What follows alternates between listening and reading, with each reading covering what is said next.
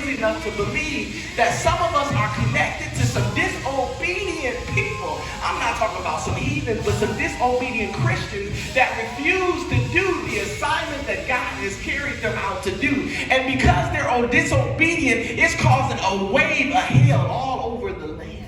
It's causing a wave of hell all over the house. But sometimes it's us. Literally, we got some people that are awesome, but we're holding them down around us. And while the rest of the ship needs to move forward, it's continuing to sink because of our disobedience.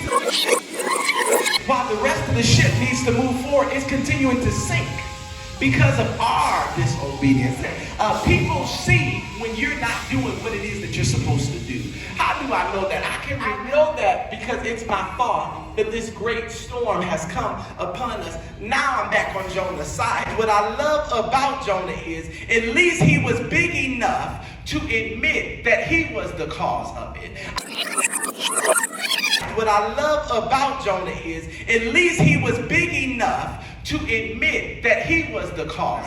And I don't like to blame myself for some mistakes that are happening. I don't like to take the fault. But the thing that I loved about Jonah was he said, throw me over because I'm at fault. I'm trying to get some people in this season to mature enough to a point where you'll understand the reason why hell keeps coming, the reason why storms keep coming, the reason why mistakes keep coming, the reason why you keep partnering up with the wrong person, the reason why heartbreak keeps coming is because it's something that you're doing and not everybody else. Jonah said, it's I that is blamed for all of that. Now we go to the next verse. He said here, instead the men did their best to row back to the land, but they could not. In other words, at first they didn't want to throw him under. But what I'm trying to get you to understand is you can't pity-patty with sin.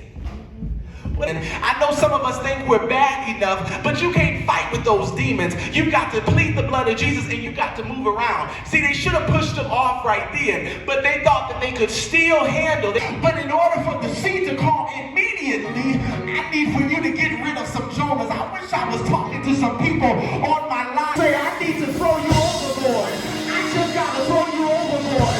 Don't take it personal, but in this season, I got to get rid of you.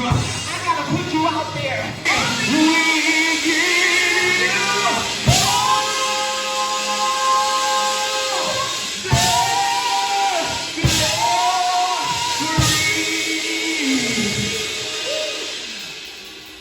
God, I need you to do something quick. God, I need you to touch my body. God, I need you to touch my mind.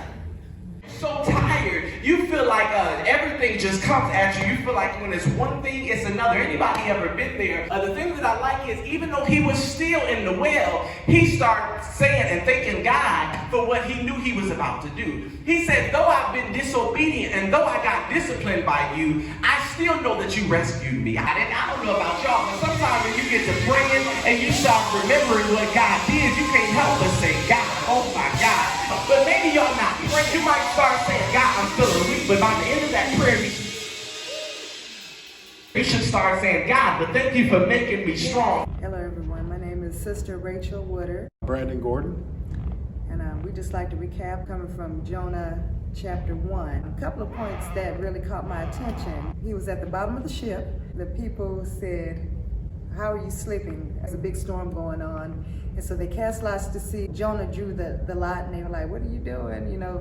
He said, throw me overboard. So one of the keys that Pastor said is, why do people want you to do something that you can do for yourself? This week, power of prayer. And no matter the position that your life is in, the situation, you should always pray. Sometimes in life it's not changing.